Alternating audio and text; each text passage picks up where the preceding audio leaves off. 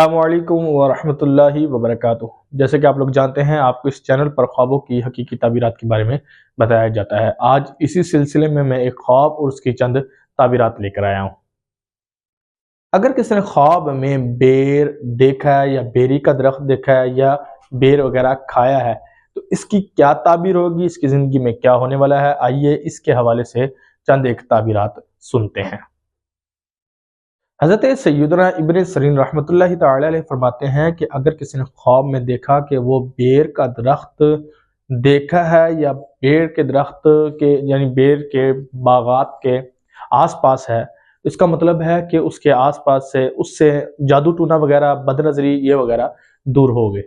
اچھا، اگر کسی نے دیکھا کہ وہ بیر کھا رہا ہے اور بیر کا ذائقہ بھی میٹھا ہے، اس کا مطلب ہے اس کے اوپر سے آسیب وغیرہ، کوئی جادو ٹونا مصیبت وغیرہ زمینی یا ہو یا آسمانی ہو، یہ تمام کے تمام دور ہویں گی، اس کی زندگی میں سکون پیدا ہوگا۔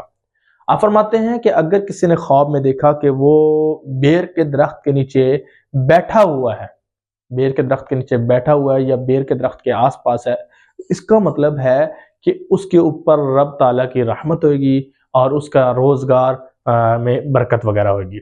اچھا، اگر کسی نے دیکھا کہ وہ بیر کے درخت بیر کو کھا رہا ہے اور بیر کا ذائقہ کھٹا ہے، بیر کچا ہے، تو اس کا مطلب ہے اس کے اوپر کوئی بد نظری آئے گی اور جس سے اس کو نقصان بھی اٹھانا پڑے گا۔ نقصان کس حوالے سے؟ مالی، جسمانی، بیمار بھی ہو سکتا ہے اور مال وغیرہ بھی چوری ہو سکتا ہے، اس طرح کوئی نہ کوئی نقصان اس کو اٹھانا پڑے گا۔